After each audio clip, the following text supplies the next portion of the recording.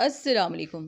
अल्लाह रब्बुल इज़्ज़त का बेशुमार शुक्र है कि हमारा तर्जुमे के साथ 6 सिपारे मुकम्मल और 7वां सिपारा शुरू हो गया है और रमज़ान मुबारक भी शुरू हो गया है। ये महीना बहुत ज़्यादा बरकतों और रहमतों वाला है।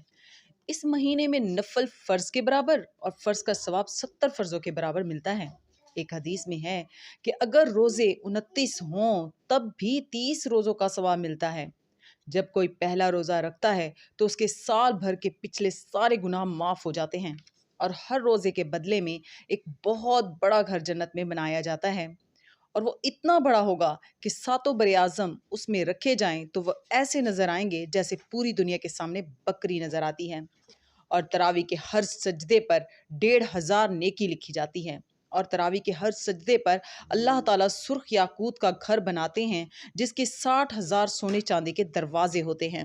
अल्लाह पाक आपको और हमें इस बाबरकत महीने की रहमतों फ़ज़ाइल से नवाजे, आमीन। आज का सबक शुरू करते हैं। पनाह मांगती हूँ अल्लाह की शैतान मरदूद से। शुरू अल्लाह का नाम लेकर जो बड़ा मेहरबान निहायत रहम वाला है। और जिन लोगों ने कुफ्र किया और हमारी आयतों को झुटलाया वो जहन्नुमी हैं। मोमिनो, जो पाकीज़ा चीज़ें अल्लाह ने तुम्हारे लिए हलाल की हैं उनको हराम ना करो और हद से ना बढ़ो कि अल्लाह हद से बढ़ने वालों को दोस्त नहीं रखता। और जो हलाल और तैयब रोज़ी अल्लाह ने तुमको दी है उसे खाओ और अल्लाह से जिस पर ईमान रखते हो डरते रहो। अल्लाह तुम्हारी बेइरादा कस्मों पर तुमसे मुआखज़ा नहीं करेगा, लेकिन पुख्ता कस्मों पर जिनके खिलाफ करोगे मुआखज़ा करेगा।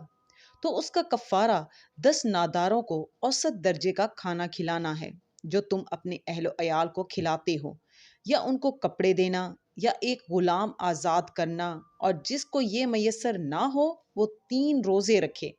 ये तुम्हारी कस्मों का कफ़ारा है जब तुम कसम खा लो और उसे तोड़ दो, और अपनी कस्मों की हिफाजत करो।